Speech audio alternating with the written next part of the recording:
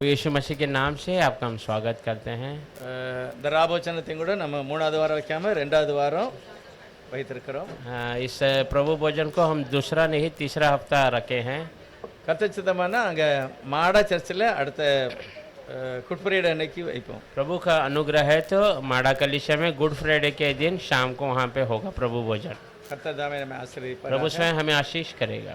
நம்முடைய தியானத்துக்காக மத்தேயு 22வது அதிகாரம், हमारे ध्यान के लिए मत्ती का सुसमाचार 22वां अध्याय।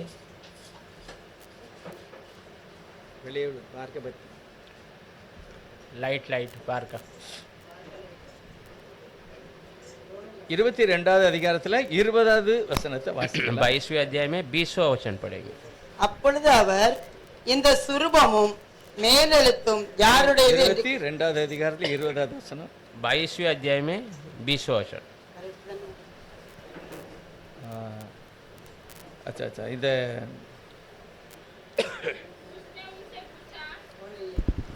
बराबर। अच्छा पढ़ो। उसने उनसे पूछा, यह छाप और नाम किसका है? अच्छा ஆண்டவர் இந்த சீசரோடு எல்லாம் மற்ற வாக்குவாதம் பண்ணின ஜனங்களோடு பேசின ஒரு வார்த்தை. परमेश्वर चेलों से नहीं परंतु उसके साथ वाद विवाद करने वालों से जो देने वाला जवाब। உண்மையாகவே உலகத்துக்கும் மனிதனுக்கும் உள்ள ஒரு வித்தியாசமான காரியத்தை கர்த்தர் உங்களுக்கு கற்றுக் கொடுத்தார். सच में दुनिया के और मनुष्य के एक अंतर की बातों को परमेश्वर सिखाता है। ஆனால் கர்த்தர் ராபோச்சனத்தில் பிரபுவச்சன அன்னைக்கு ஒரு காரியத்தை சீசரோடு பகிர்ந்து கொண்டார். परमेश्वर प्रभु वचन के दिन उसे अपने चेलों से कुछ बातों को बांटता है। அதைத்தான் நம்ம தியானிக்க போகிறோம். उसे ही हम ध्यान करने वाले हैं। 26வது அதிகாரத்தில் 26वां अध्याय में 28வது வசனத்தை வாசிக்கலாம். 28वां वचन पढ़ेंगे। இது பாவ மன்னிப்பு உண்டாகும்படி அநேகருக்காக சிந்தப்படுகிற புது உடன்படிக்கைக்கு உரிய என்னுடைய இரத்தமாயிருக்கிறது. क्योंकि ये वाचा का मेरा वो लहू है जो बहुतों के लिए पापों की क्षमा के निमित्त बहाया जाता है। ஆண்டவர் தன்னுடைய சீசரோடு ஒரு கடைசி அந்த பந்தியிலே அவர் கலந்து கொண்டார். परमेश्वर अपने चेलों के साथ आखिरी उस प्रभु भोजन में भाग लिया। அவர் சொல்லுகிற ஒரு காரியம் என்னன்னா, தன்னுடைய அந்த அப்பத்தை எடுத்து ஆசீர்வதித்து கொடுத்து, वो कहने वाली बातें है उस रोटी को लिया और आशीष किया। இது என்னுடைய சரீரம், இதை எப்பமெல்லாம் நீங்க இந்த ஐக்கியத்தில் பங்கு பெறுகிறீர்களோ அப்பெல்லாம் என்ன செய்யணும், என்ன நினைவு கூற வேண்டும். ये मेरा शरीर है, आप जब जब इस पे भाग लेते हैं आप मुझे याद करना है। அடுத்து அவர் அந்த பாத்திரத்தை எடுத்து ஸ்தோத்திரம் பண்ணி, उसके बाद उस बर्तन को लिया और स्तुति दी। இது பாவ மன்னிப்பு உண்டாகும்படி அநேகருக்காக சிந்தப்படுகிற புது உடன்படிக்கையின் ரத்தம். ये पाप का क्षमा के लिए बहुतायत लोगों के लिए गिराया जाने वाला नए वाचे का लहू है। புது உடன்படிக்கை அப்படின்னா பழைய உடன்படிக்கை ஒன்று இருக்குதுன்னு அர்த்தம். नए वाचा का मतलब पुराना भी कोई वाचा था। பழைய உடன்படிக்கை என்னது? पुराना वाचा क्या था?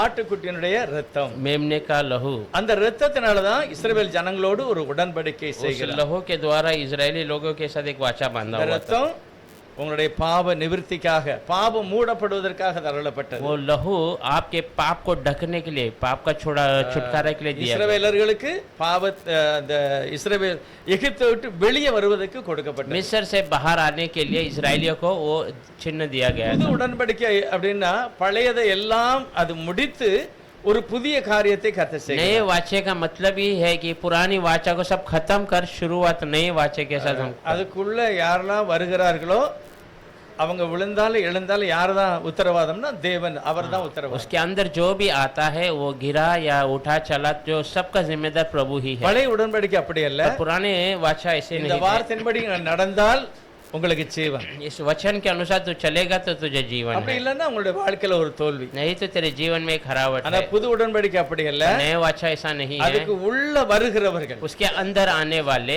அவர்களை கர்த்தர் பொறுப்பெடுக்கிறார். उसके जिम्मेदारी प्रभु ले लेता है। சாட்சியா இருக்கணும், சாட்சியா வாழணும். गवाही से रहना है, गवाही से जीना है। ஆனால் இந்த ரத்தம் அவர்களை சாட்சியாக மாற்றுகிறது. पर वो लहू उनके गवाही के रूप में बदल देता है। அவரே அதை செய்கிறார். परमेश्वर स्वयं उसे அது करता எப்படி? है। वो कैसा होता है? அதுதான் தேவன் தானாக வந்து முன்ன வந்து செய்கிறார். वही परमेश्वर स्वयं आगे आकर करता है। ஒரு நிமிஷம் செய்யணும். एक क्षण के लिए प्रार्थना करें। நல்லவரே ஸ்தோத்திரம். अच्छे परमेश्वर धन्यवाद। எங்களுக்காக முந்தி வந்து எங்களை ஆசீர்வதிக்கிறார். हमारे लिए पहले आकर हमें आशीष किया।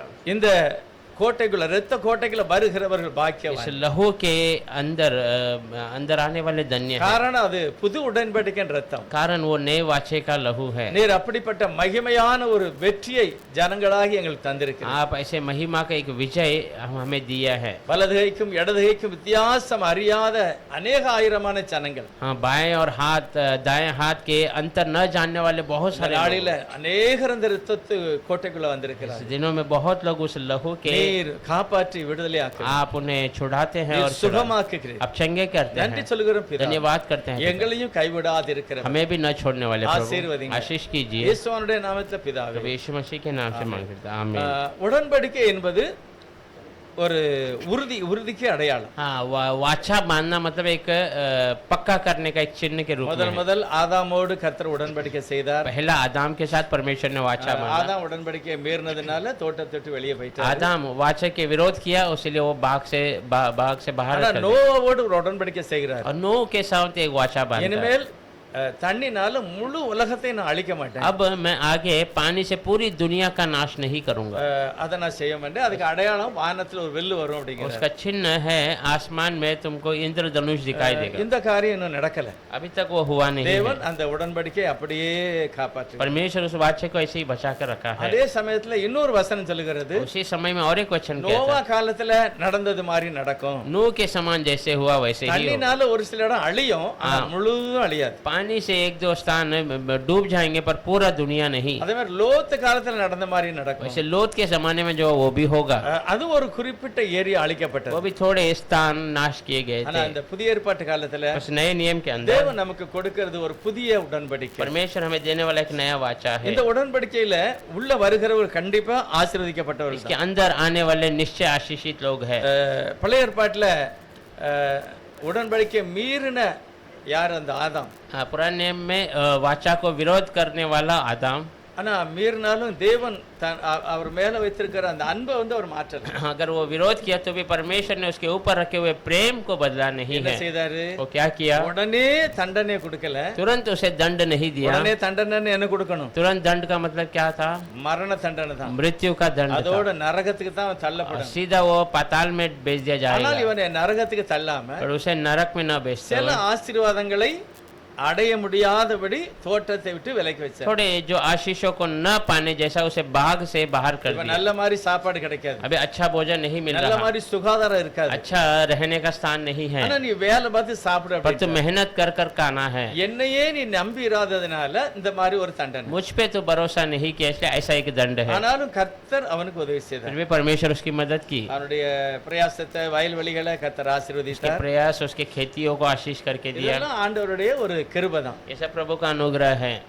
புதிய ஏற்பாட்டுல பார்க்கும்போதும் தேவன் ஒன்றுமே தெரியாத ஜனங்களோடு என்ன செய்திருக்கிறார்? உடன்படிக்கை வைத்திருக்கிறார். नए नियम में अगर हम देखेंगे तो परमेश्वर जो कुछ नहीं जानता उन लोगों के साथ भी वाचा बांधा। ஆதாம்கிட்ட நேரடியா பேசினார், आदम से सीधे सीधे बातें की, நோவாட்ட நேரடியா பேசினார், नूह से सीधे सीधे बातें की, ஆபிரகாமிட்டையும் கூட விருத்த சேதனம் என்கிற ஒரு உடன்படிக்கை நேரடியா பேசினார். अब्राहम से भी वह खतना का जो वाचा था वो सीधे सीधे बात की। ஆனா புதிய ஏற்பாட்டுல पर नए नियम में இந்த மேல் வீட்டார்கள் அந்த பந்தி பரிமாறும் போது हाँ, ऊपर के घर में जब वो बोझ के समय भोजन बांटते இது समय அவரை பார்த்த ஜனம் பார்க்காத ஜனம் எல்லாரோடையும் கூட அவர் உடன்படிக்கை செய்கிறார். उसे देखने वाले न देखने वाले लोगों के बीच में वो इस वाचा को அப்ப करता நமக்கு है। அதுல உரிமை இருக்கு பாருங்க. तो हमारे लिए भी वहाँ पर हक है, அதனாலதான் நமக்கு அந்த நம்பிக்கை வருகிறது. उसीलिए हमारे उस पे भरोसा आता है। காரணம் ரத்தத்துல வல்லமை இருக்கு. कारण लहू पे सामर्थ्य है। ஆண்டவருடைய பிறப்பை பற்றி பார்க்கும்போது எல்லா மனுஷர்களை போல அவர் பிறக்கல. परमेश्वर के जन्म के बारे में अगर हम देखेंगे सारे इन मनुष्य के समान उसने जन्म लिया। மரியாளுடைய கர்ப்பம் அவளை காப்பாற்றினது, ஆனா அவருடைய ரத்தத்துக்கும் இயேசுவின் ரத்தத்துக்கும் சம்பந்தமே இல்லை. मरियम का गर्भ उसे संभाला हुआ था, परंतु यीशु का लहू और मरियम के लहू का कोई संबंध नहीं था। உலகத்தில் உள்ள ஒவ்வொரு விதையும் என்ன செய்யணும், எது வரைக்கும் அது கீழே போய் நிலத்துல பதிந்து நிலத்திலிருந்து அந்த சத்தை எடுக்கலையோ அது வரைக்கும் உள்ள ஆகாரம் அந்த வித்துல தான் இருக்கு. दुनिया में कोई भी बीज क्यों ना हो, जब तक वो जमीन के अंदर जाकर जमीन के चीजों को वो अपना न ले तब तक उसके बीच के अंदर उसका भोजन बना हुआ அதை விட रहता है। மேலானது இயேசுநாதருடைய பிறப்பு. उससे भी बड़ा यीशु मसीह का जन्म இயேசு है। கிறிஸ்துனுடைய பிறப்பு தன்னைத்தானே அவர் கர்ப்பத்தில் என்ன செய்கிறாரு, உருவாக்கி यीशु கொள்கிறார். मसीह का जो जन्म अपने आप को उस गर्भ के अंदर वो तैयार करता है। மரியாளுடைய ரத்தம் அல்ல, मरियम का लहू नहीं, மனுஷனுடைய ரத்தம் அல்ல, मनुष्य का लहू भी அது नहीं, தேவனுடைய ரத்தம். वो परमेश्वर का लहू। பவுல் சொல்லுகிறார், पौल कहता है தேவன் தன்னுடைய சொந்த ரத்தத்தினாலே சபையை மீட்டுக் கொள்கிறார். परमेश्वर अपने खुद के लहू से कलीसिया को छुड़ा लेता இப்போ है। ஆதாமுக்கு ரத்தம் எப்படி வந்தது? फिर आदम के अंदर लहू कैसा आया? அவர் நாசியில ஊதினார். जब उसने श्वास फूका उसके அந்த अंदर, அந்த சுவாசம் தான் சரீரத்துக்குள்ள ஒரு பெரிய ரத்த ஓட்டத்தை वो உருவாக்கி. श्वास ही उनके उसके शरीर में एक लहू का जो दौड़ அது शुरू कर दिया। ஜீவ சுவாசம். वो जीवन का श्वास था। அதே போல ஆதாமுக்குள்ள இந்த ரத்த ஓட்டத்தை உருவாக்கணும் அப்படின்னா, उसी तरह आदम के अंदर उसे लहू का दौड़ शुरू करना அப்ப है। மரியாளுடைய கர்ப்பத்தில் இருக்கிற இயேசுநாதருக்கும் என்ன செய்ய முடியும்? ரத்தம் தேவனுடைய வார்த்தையினாலே உருவாக்கும். यीशु मसीह के शरीर के अंदर का लहू भी परमेश्वर के वचन के द्वारा उत्पन्न किया गया, அது மேன்மையானது. वो महिमा का है। நம்ம இதுல பார்க்கும்போது 1 கொரிந்தியர் 1வது அதிகாரம் 19வது வசனத்துல, पहला कोरिन्थियों पहला अध्याय 19 वचन, அந்தபடி ஞானிகளுடைய ஞானத்தை நான் 1 அழித்து கொரிந்தியர் 1ல இந்த 1 கொரிந்தியர்ல 1 பீட்டர், பைலா பீட்டர் पहला पत्रस पहला अध्याय 1வது அதிகாரத்துல 19வது வசனம், 19 वचन, குற்றமில்லாத மாசற்ற ஆட்டுக்குட்டியாகிய கிறிஸ்துவின் விலையேற பெற்ற இரத்தத்தினாலே மீட்கப்பட்டீர்கள் என்று அறிந்திருக்கிறீர்களே.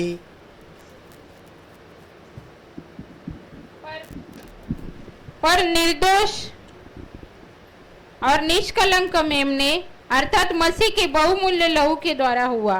இதுல எழுதியிருக்கிறது, குற்றம் இல்லாத மாசற்ற ஆட்டுக்குட்டியாகிய கிறிஸ்துவின் ரத்தம். निर्दोष निष्कलंक मेमने का मसीह का लहू। அதுதான் உலக தோற்றத்துக்கு முந்தி கிறிஸ்து ஜீவிக்கிறார். दुनिया उत्पन्न होने के पहले मसीह जी रहा கிறிஸ்து है। என்றென்றைக்கும் சோசரிக்கப்பட்டவர். मसीह हमेशा का स्तुति किया गया கிறிஸ்து हुआ। தான் வேதாகமத்துல மிகவும் முக்கியமான ஒருவர். मसीह वचन में बहुत अहम है। அது இயேசு என்று பெயரிடுவதற்கு முந்தையே அவருடைய பெயர் கிறிஸ்து. वो यीशु वो नाम देने के पहले ही उनका नाम அந்த मसीह था। கிறிஸ்துனுடைய இரத்தத்தினால தான் நாம் மீட்கப்பட்டோம். उस मसीह के लहू से हम छुड़ाए गए हैं। எப்பொழுது மீட்கப்பட்டோம்? कब छुड़ाए गए हैं? அதுல எழுதியிருக்க 2வது வசனத்துல, तो लिखा है जो उसके அவர் உலக தோற்றத்துக்கு முன்னே குறிக்கப்பட்டவராய் இருந்தார். वो दुनिया उत्पन्न होने के पहले ही चुना हुआ था। முதலாவது உலகத்தையே படைக்கும் முந்தி दुनिया उत्पन्न करने के पहले தேவன் நம்மை பார்க்கிறார். परमेश्वर हमें देखता है, அதுதான் ரொம்ப முக்கியமானது. वही बहुत अहम है। அதாவது எதெல்லாம் நஷ்டப்பட போகிறது, क्या- எதெல்லாம் நல்லா இருக்க போகுது, அது முதலாவதே தேவன் பார்க்கிறார். क्या क्या नष्ट होने वाला, क्या अच्छा रहने वाला, सब प्रभु पहले ही देख लेता இன்றைக்கு है। உலகத்துல அப்படிதான். आज भी दुनिया ஒரு में மாத்திரை ஆனாலும் சரி, एक दवा होने ஒரு देंगे, பிஸ்கட் ஆனாலும் சரி, एक बिस्किट होने दीजिए, எந்த ஒரு பொருளையும் உருவாக்கும் போது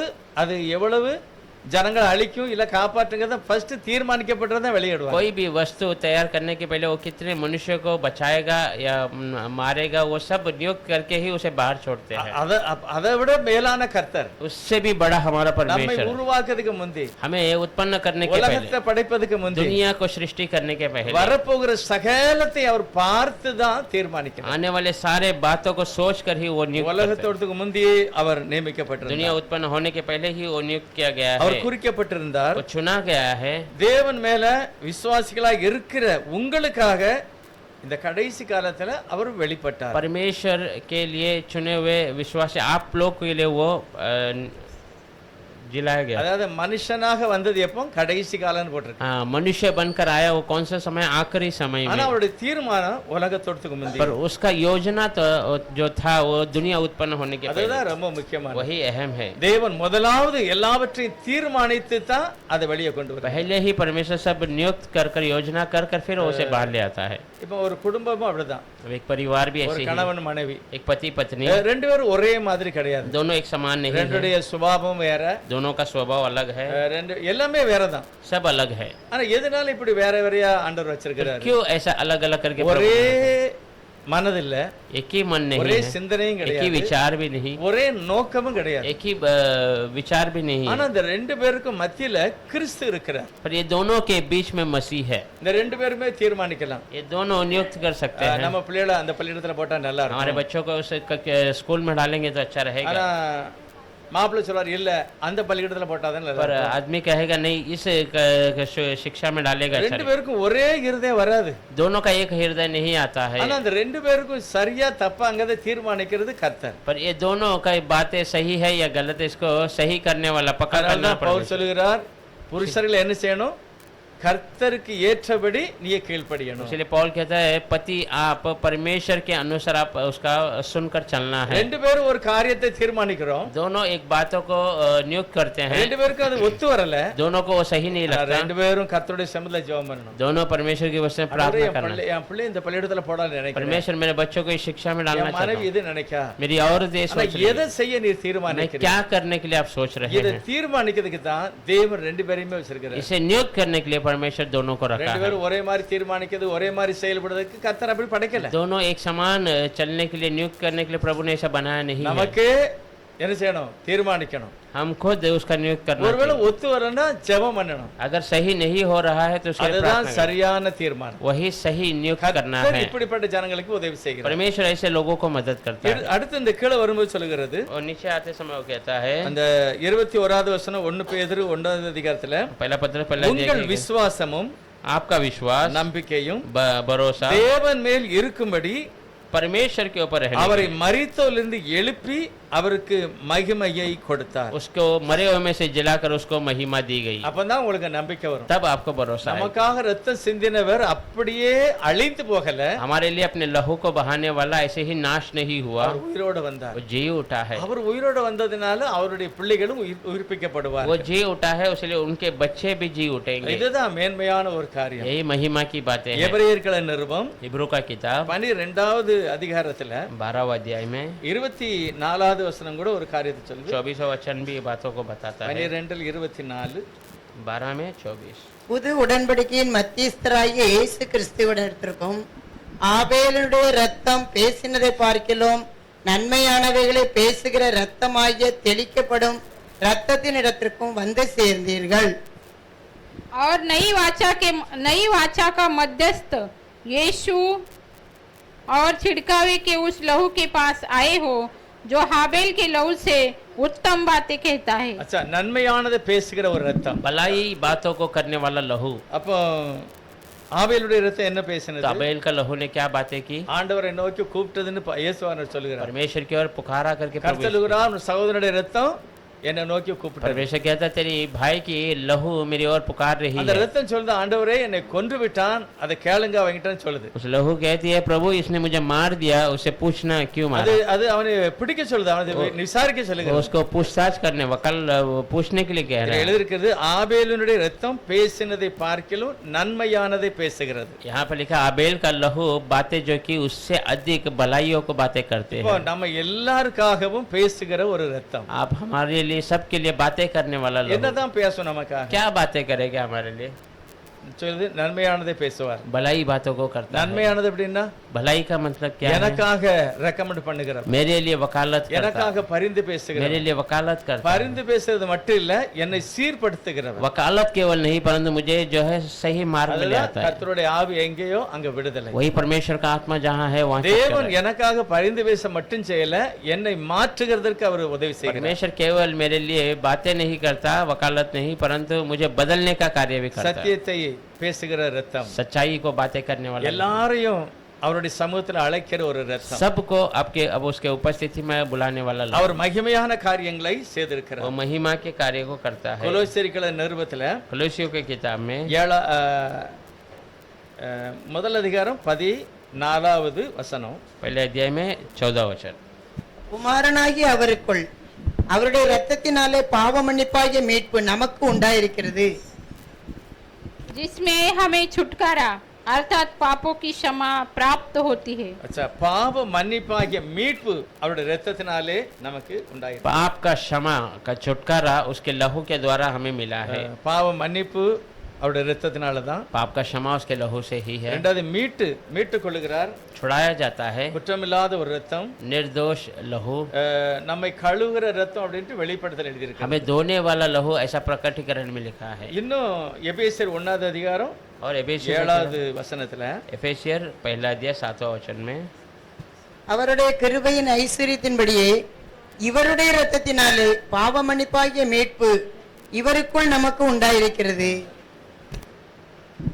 हमको उसमें उसी के लहू के द्वारा छुटकारा अर्थात अपराधों की क्षमा उसी के उस अनुग्रह के धन के अनुसार मिला है. अच्छा, அவருக்கு உள்ளேயே அதை தீர்மானித்து விடுதலையாக்கி ரட்சித்து அவருக்குள்ளேயே அதை தீர்மானித்திருக்கிறார். उसके अंदर ही वो नियुक्त करके और उद्धार कर उनके अंदर ही वो सही कर அது கிருபையினாலே இரக்கத்தினாலே वो अनुग्रह की दया அந்த से இரத்தத்தினால பாவ மன்னிப்பு மட்டும் இல்ல மீட்டு அவருக்கு உள்ள இவருக்கு உள்ளே நமக்கு உண்டாயிருக்கிறது. उस लहू के अंदर केवल पाप का क्षमा नहीं उन्हें छुड़ाकर उसके अंदर हमें कर देता है. அதனாலதான் உலகமெல்லாம் இருக்கிற ஜனங்களை பாருங்க, इसलिए दुनिया भर के வசனத்தை கேட்ட உடனே ஒப்பு கொடுப்பார்கள். दुनिया भर के लोगों को अगर हम देखेंगे वचन को सुनते ही वो अपने आप को सौंप देते हैं, சரண்டர் ஆயிருவாங்க, अपने आप को दे देते மன்னிப்பு हैं, கேட்பாங்க, क्षमा मांगते அந்த हैं, மன்னிப்பை அனுபவிப்பாங்க. மன்னிப்பு தேவன் எனக்கு மன்னிச்சிட்டாரு, क्षमा को अनुभव करते हैं, प्रभु ने मुझे क्षमा कर दिया. அதுதான் ஆண்டவருடைய ரத்தம். இன்றைக்கும் பரிந்து பேசுறது மட்டும் இல்ல, அந்த மீட்டு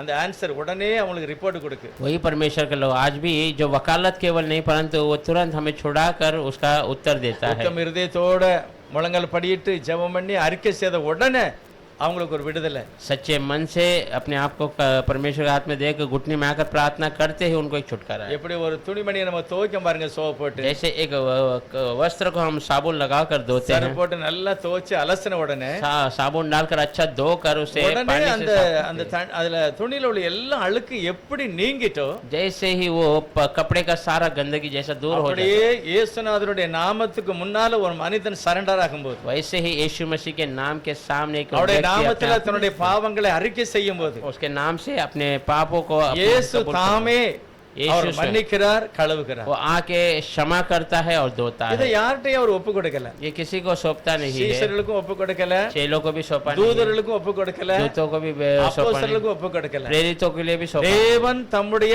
சுய ரத்தத்தினால் அவரே அதை செய்கிறார். परमेश्वर अपने खुद के लहू से वो खुद ऐसा करता है. இதெல்லாம் பார்க்கும்போது ஒரு ஆச்சரியமான सब காரியம். बातों को देखते समय का आश्चर्य बात है. நிறைய பேர் பாத்தீங்கன்னா டிவில யூடியூப்ல வசனத்தை கேட்பாங்க. बहुत सारे लोग टीवी में और यूट्यूब में वचन सुनते சில हैं, இடங்கள்ல எங்கேயாவது எழுதப்பட்ட வசனத்தை வாசிப்பாங்க. कहीं कहीं लिखे हुए वचन को वो पढ़ते हैं, சில ட்ராக்ஸ் மூலமா, ट्रैक्स பிரதி के மூலமா द्वारा या छोटे ट्रैक्स के द्वारा. நிறைய பேர் சாட்சி கேட்டிருக்கோம். வசனத்தை வாசித்து அவங்க மனம் திரும்பி இருக்காங்க. बहुत लोगों की हमने गवाही सुनी है, वचन को पढ़कर वे मन परिवर्तन हो தேவனுடைய गए. வார்த்தை வெறுமையாய் திரும்பாது, அவனை புதுப்பிக்கும், परमेश्वर का वचन खाली नहीं लौटता, उसे नया करता அவனை है, முழுமையாக மாற்றும். उसे परिपूर्णता से बदलता है. கெத்செமனே தோட்டத்துல ஒரு பாடுபடுதா இருப்பாங்க. और गेत्सेमने बाग में वो तकलीफ उठाते हैं, அவருடைய பாடு மரணத்தெல்லாம் பார்க்கும்போது ரொம்ப பயங்கரமா இருக்கு. उनका जो तकलीफ और मृत्यु सब देखिएगा बहुत भयंकर लगता அதே है. மாதிரி சிலுவையில, वैसे क्रूस पर, ஆனா அந்த சிலுவையில ஒரு பாடுபடும் போது அவருடைய முகம், பிதாவினுடைய முகம் மறைக்கப்பட்டது. पर क्रूस पर वो तकलीफ में रहते समय पिता का चेहरा उनसे छुपा दिया ஏசாயா गया. சொல்லுகிறார், பிதாவினுடைய முகம் மறைக்கப்பட்டது, ऐसा कहता है पिता का चेहरा छुपा दिया गया ஆனா है, இயேசுநாதர் இன்னொரு காரியத்தை பார்த்தாரு அப்படின்னு எழுதியிருக்கு. पर यीशु मसीह और कोई बातों को देखा है, ऐसा लिखा है. என்னத்தை பார்க்க பாருங்க, क्या देखता है देखिए, ஏசாயா 53வது அதிகாரம் ऐसाया 53वां अध्याय में 12வது वசனத்துல பாருங்க, 12 वचन. பாவத்து நிமித்தம் பிதாவினுடைய முகம் மறைக்கப்பட்டது, पाप के वजह से पिता का चेहरा छुपा அவர் दिया गया, கைவிடப்பட்டார். वो छुड़ा दिया गया है. அதே சமயத்துல उसी समय में 12வது வசனம் சொல்லுது, 12 वचन कहता है, அவர் தம்முடைய ஆத்துமாவை மரணத்தில் ஊற்றி वो अपनी आत्मा को मृत्यु के अंदर அக்கிரமக்காரில் ஒருவராக எண்ணப்பட்டார். धर्मी के रूप में एक गिना गया. அநேகருடைய பாவம்லாம் அவர் சுமந்தார். बहुत लोगों के पापों को उसने उठा लिया, அதனாலதான் பிதாவினுடைய முகம் மறைக்கப்பட்டது. इसलिए पिता का चेहरा छुपा ஆனா दिया गया. கர்த்தர் இன்னொரு காரியத்தை பார்க்கிறார். இதுல परमेश्वर और एक बातों को देखता அதை है, வாசிக்கலாம். पढ़ेंगे. அவர் தம்முடைய ஆத்துமாவை மரணத்தில் ஊற்றி அக்கிரமக்காரரில் ஒருவராக எண்ணப்பட்டு அநேகருடைய பாவத்தை தாமே சுமந்து அக்கிரமக்காரருக்காக வேண்டிக் கொண்டது நிமித்தம் அநேகரை அவருக்கு பங்காக கொடுப்பேன், பலவான்களை அவர் தமக்கு கொள்ளையாக பங்கிட்டுக் கொள்ளுவார். அநேகரை அவர் மீட்கிறார். बहुत लोगों को छुड़ा देता है. 11வது வசனம் வாசிக்கலாம், கொஞ்சம் நல்லா தெளிவா இருக்கு. அவர் தமது ஆத்ம வருத்தத்தின் பலனை கண்டு திருப்தியாவார். என் தாசனாகிய நீதிபரர் தம்மை பற்றும் அறிவினால் அநேகரை நீதிமான்கள் ஆக்குவார், அவர்களுடைய அக்கிரமங்களை தாமே சுமந்து கொள்ளுவார். அதில் இருக்கு, அவர் தமது ஆத்மா வருத்தத்தின் பலனை கண்டு பலனா என்னது वो अपनी आत्मा का उस तकलीफ के फल को, இயேசுநாதருடைய பாடு மரணத்தின் பலன் என்னது यीशु मसीह का जो तकलीफ और मृत्यु का जो இப்ப फल क्या है। நம்ம ஏதாவது பயிர் வச்சோம்னா பலன் என்னது जैसे हम किसी चीज बो देते हैं उसका हमको फल मिलते हैं, தானியம் கிடைக்கும் उसका दान मिलता பழம் है, கிடைக்கும் फल मिलता ஆனா है। இப்போ இயேசுவானவர் சொல்கிறார் இவருடைய ஆத்மா வருத்தம் அடைந்ததனால अभी यीशु मसीह यहाँ लिखा है उसकी आत्मा तकलीफ பலனை பார்த்தார் और उसके फल को उसने அப்படின்னா देखा। எத்தனை பேர் இயேசுவின் ரத்தத்தினால மீட்கப்படுகிறார்களோ அவர்கள் எல்லாருமே அவர் பார்க்கிறார் इसका मतलब कितने लोग यीशु मसीह के लहू से छुड़ाए जाने वाले उन सारों को प्रभु वहां देखता அவருடைய है। பாடு மரணத்துல பலன் தான் நம்ம எல்லாரும் उनके तकलीफ और मृत्यु में हम सब उसका அப்ப फल है। சிலுவையில் அவர் எல்லாரையும் பார்த்தார் क्रूस पर हम सबको उसने देखा। ஏப்பா இவ்வளவு ஜனம் மீட்கப்படுகிறார்கள் कितने लोग छुड़ाए जा रहे हैं, பரவாயில்ல எவ்வளவு பாடுபட்டாலும் कितना ही तकलीफ எவ்வளவு उठाए, நொறுக்கப்பட்டாலும் कितना ही दबाए जाए, எவ்வளவு தன்னந்தனியாக கைவிடப்பட்டாலும் कितना ही अकेलेपन में छोड़ दिया எனக்கு ஒரு जाए, பெரிய பலன் காத்திருக்கிறது मेरे लिए एक बड़ा सा फल इंतजार कर அதனாலதான் रहा है। அவர் எல்லாத்தையுமே பொறுமையோடு சகித்தார் इसीलिए वो सारी बातों को जो है धीरज से, அப்போ ஆண்டவர் சிலுவையில யாரெல்லாம் பார்த்திருக்கிறார் प्रभु को क्रूस पर किसने அவர் देखा, ஏற்றுக்கொண்ட ஒவ்வொருவரையும் उसने जो स्वीकारे हैं उन सब நம்ம लोगों, எல்லாரையும் हम सबको அது எழுதியிருக்கிறது அவருடைய ஆத்துமா பலனை கண்டு அவருடைய ஆத்துமா அந்த வருத்தத்தினால ஒரு பெரிய பலனை பார்த்தார், அதனால ஒரு திருப்தியாக कि आत्मा उस बल से एक बड़ा फल को देखा था, उसे देखकर वो तृप्त ஆவிக்குரிய हो। ஒரு தரிசனம், आत्मिक दर्शन, அவருடைய ரத்தம் சிந்தப்பட்டது எத்தனை பேர் மீட்கப்படுகிறார்கள் उसका लहू गिराए जाते ही कितने लोग छुड़ा दिए जाते हैं। இதைத்தான் பவுல் எழுதாரு, அவரோடு கூட சிலுவையில் அறையப்பட்டீர்கள், उसीलिए पौल लिखता है हम सब उसके साथ क्रूस पर मारे அவரோடு गए, கூட உயிர்ப்பிக்கப்பட்டீர்கள், उसके साथ अब जिलाए गए हैं, அவரோடு கூட சிங்காசனத்துல உட்கார்ந்திருக்கீங்க. उसके साथ अब सिंहासन में அதுதான் बैठे ஒரு हैं। மகிமையான ஒரு தரிசனம். वही एक महिमा का दर्शन है। எப்பொழுது மரித்தீர்கள்? कभी मरे थे? நம்ம பிறக்கவே இல்லை. हम तो जन्म ही नहीं हुए। பவுல் சொல்லுகிறார் நீங்க பிறக்கல, पौल कहता तुम जन्म नहीं लिए, கிறிஸ்து சிலுவையில் அடிக்கப்பட்ட போது நானும் அவரோடு கூட पर அடிக்கப்பட்டேன். मसीह क्रूस पर मारे जाते समय मैं भी उसके साथ मारा गया। ऐसा அவர் कहता है। உயிரோட வந்தார்ல, நானும் உயிரோட வந்தேன். वो जी उठा वैसे मैं भी जी उठा அவர் हूं। உன்னதங்களில் உட்கார்ந்தார், நானும் உட்கார்ந்தேன். वो ऊंचे स्थान में जाकर बैठ गया, मैं भी जाकर காரணம் என்னுடைய பெயர்களை அவர் ஜீவ புஸ்தகத்தில் எழுதி வைத்தார். कारण मेरे नाम को उसने जीवन के किताब में அதுதான் लिखा। மகிமையான ஒரு ஆசீர்வாதம். वही महिमा का आशीष கர்த்தர் है। அப்படிப்பட்ட மகிமையான காரியங்களை நமக்கு செய்திருக்கிறார். प्रभु ऐसे महिमा के कार्य को हमारे लिए किया है। ரோமர்ல எழுதும்போது இன்னும் சொல்கிறார், இலவசமாக கர்த்தர் இந்த மகிமையான ரட்சிப்பை நமக்கு தருகிறார். रोमियो में लिखते समय लिखता है मुफ्त में इतना बड़ा उद्धार को प्रभु ने हमें दिया है। விசுவாசத்தினால இலவசமான ஒரு ரட்சிப்பு, विश्वास के द्वारा मुफ्त में एक बड़ा उद्धार। அதனாலதான் நம்ம கர்த்தருக்கு தினமும் நன்றி சொல்லணும். इसलिए हम हर दिन प्रभु को धन्यवाद। எப்பவும் சந்தோஷமா இருங்க. पौल कहता है हमेशा आनंद में रहो, பாவம் மன்னிக்கப்பட்டிருக்கு, तुम्हारा पाप धो दिया நீங்க गया है, மீட்கப்பட்டவர்கள், तुम छुड़ा दिए गए हो, உங்களுடைய நாமங்கள் பரலோகத்தில் இருக்கிறது, आपके नाम सब स्वर्ग में அவர் है, வரும்போது நீங்கள் மீட்கப்படுவீர்கள். वो आते समय आप सब छुड़ाए जाते हैं। பிலிப்பியருக்கு சொல்லுகிறார், இவங்க எல்லாருடைய நேம் எல்லாம் ஜீவ புஸ்தகத்தில் இருக்கு, நான் பார்த்தேன் அப்படிங்கிறார். में लेके कहता है इन सारों का नाम जीवन के किताब में है, मैंने देखा है। சர்வ வல்லமுள்ள தேவன் எல்லாவற்றையும் தீர்மானித்த பிறகுதான் மனுஷனே உண்டாக்குது. सारे शक्तिमान परमेश्वर सब कुछ नियुक्त करने के बाद ही मनुष्य की सृष्टि करता है। ஆதாமுக்கு வேண்டிய சகல நன்மைகளையும் உருவாக்கின பிறகுதான், சாப்பாடுக்கு வேண்டிய சகலத்தையும் உருவாக்கினதா பிறகுதான் அவனை கொண்டு வர. आदम के लिए जो जरूरत है सब बातें भोजन सब तैयार करने के बाद ही उसे लेके आता அதே है। போல ரட்சிப்புக்கு வேண்டிய சகல நன்மைகளையும் செய்த பிறகுதான் மனுஷனே அவர் வைக்கிறார். इसीलिए उद्धार के लिए जो जरूरत है वो सारी बातों को रखने के बाद मनुष्य को रखता है। சர்வ ஞானி, परमेश्वर सर्वज्ञानी है, அவர் தீர்மானித்தது எதுவுமே ஃபெயிலாக. उसने जो नियुक्त किया वो कभी हार नहीं हो யோபு सकता। சொல்றார், அவர் என்ன தீர்மானிச்சாரோ அது ஒண்ணுமே தடைபடாது. अय्यूब कहता है जो उसने नियुक्त किया वो कोई रुकाया नहीं जा அவருடைய सकता। நாமத்தை ஏற்றுக்கொண்டவர்கள் பாக்கியவான்கள், उसके नाम को जानने वाले धन्य அவருடைய हैं, நாமத்தை ஆராதிக்கிறவர்கள் பாக்கியவான்கள். उसके नाम की आराधना करने वाले धन्य हैं। ஆகவேதான் அந்த ராபோஜனத்தில் அவர் முக்கியமா சொல்லுகிறது, इसलिए प्रभु वचन में वो अहम बातों को இது कहता ஒரு है, புது உடன்படிக்கை, एक नया वाचा இது का, உள்ள வந்துருங்க, इसके अंदर आ இதை जाइए, ஏற்றுக்கொள்ளுங்க इसे அப்படிங்க. स्वीकारिए, ऐसा ஒரு कहता है। வசனத்தை வாசிடுவோம், और एक वचन पढ़ लेंगे, அது ரொம்ப முக்கியமான வசனம். बहुत अहम वचन 1 है। கொரிந்தியர் 11வது पहला அதிகாரத்துல कोरिन्थियों 11वां अध्याय அந்த में ராபோஜனத்தை பற்றி அவர் சொல்லும்போது ஒரு வார்த்தை प्रभु சொல்லுகிறார். वचन के इस बारे में कहते समय एक बातों को कहता है, அது 28வது வசனம், 28वां वचन, எந்த மனுஷனும் कोई भी मनुष्य தன்னைத்தானே சோதித்து அறிந்து இந்த பாத்திரத்தில் இந்த அப்பத்தை என்ன செய்யணும்? புசிக்கணும். अपने आप को परखना है, उसके बाद ही इस रोटी में எல்லாரும் யோசித்து செய்யுங்க அப்படிங்காரு. सब लोग सोच कर कीजिए। சரி, யோசிக்கும் போது சரி இல்லைன்னு நமக்கு ஆன்சர் வருது. நான் சரியில்லாத ஆளு, ठीक है, जब हम अपने आप के बारे में सोचते हैं हमें लगता है मैं सही व्यक्ति नहीं நான் हूँ, ஒரு பாவி, मैं एक पापी हूँ, இந்த பாத்திரத்துல பானம் பண்ண தகுதி இல்ல. इस बर्तन में भाग लेने के लिए मैं काबिल नहीं हूँ। அப்ப அதுல என்ன எழுதிருக்கணும்? அவரு उसमें क्या लिखना चाहिए? தகுதி இல்ல, நான் வீட்டை பார்த்து போ. अगर तू काबिल नहीं है तो घर पे जा, அப்படி எழுதல. ऐसा नहीं लिखा அதுல है। என்ன எழுதிருக்கு பாருங்க. उसमें क्या लिखा है देखिए, சோதித்து அறிந்து இந்த பாத்திரத்தை அப்பத்தை புசித்து இந்த பாத்திரத்தில் பானம் பண்ண கடவன். அப்படின்னா நீ கண்டிப்பா பங்கு பெறணும். ऐसा उसमें भाग लेना जरूरी है, तो कैसे भी अपने आप को परख कर भाग लेना है, நீ சோதிக்கணும். तो अपने आप को परखना है। தவறு வெளிப்படும், गलतियां दिखेगी, குற்றம் வெளிப்படும், दोषी दिखेगा, அப்ப நீ ஒப்பு கொடுக்கணும், तब तो उसे सौंपना है, செபிக்கணும். प्रार्थना करना है। தேவன் என்னை பரிசுத்தப்படுத்த. परमेश्वर हमें पवित्र करता அதான் है, ரொம்ப முக்கியம். वही अहम है। இந்த வேளையில நம்ம எல்லாரும் முழங்கால் படிட்டு ஜெபம் इस பண்ணலாம். समय में हम सब घुटने में आकर நம்முடைய प्रार्थना குறைகளை அறிக்கை செய்யணும். करें। हमारे घुटन कमियों को कबूल करना है। தேவன் நம்முடைய பாவங்களை எல்லாம் மன்னித்து நீதிமானாய் மாற்றுகிறார். परमेश्वर हमारे पापों को क्षमा कर हमें धर्मी बना देता है। அவர் சொல்கிறார், தன்னைத்தானே சோதித்து அறிந்து இதுல பங்கு பெறணும் அப்படிங்கிறார். पॉल कहता है इसमें सोच विचार करना, परखना है अपने आप को, फिर इसमें சோதிக்கணும், சரியில்லைன்னா ஒப்பு கொடுக்கணும். हम उसे परखना है, हम सही नहीं है तो सौंपना है। கர்த்தர் நிச்சயமாக நம்முடைய குறைகளை மாற்றி நாளை ஆசீர்வதிப்பார். प्रभु निश्चय हमारी कमियों को दूर कर हमें आशीष எல்லாரும் தன்னுடைய பாவங்களை அறிக்கை செய்து கர்த்தருடைய சமூகத்துல மன்னிப்பை பெற்றுக்கொள்ளுவோம். सब अपने पापों को कबूल कर प्रभु के हाँ आज से हम उद्धार को पालेंगे। எல்லாரும் வாய் திறந்து ஜெபம். सब हम मुंह खोलकर எல்லாரும் प्रार्थना கர்த்தருடைய சமூகத்தை நோக்கி ஜெபம். सब प्रभु की उपस्थिति की ओर प्रार्थना करेंगे। Glory. நல்லவரே ஸ்தோத்திரம், நல்லவரே ஸ்தோத்திரம், நல்லவரே ஸ்தோத்திரம். இயேசுவே ஸ்தோத்திரம், ஸ்தோத்திரம், ஸ்தோத்திரம், ஸ்தோத்திரம்.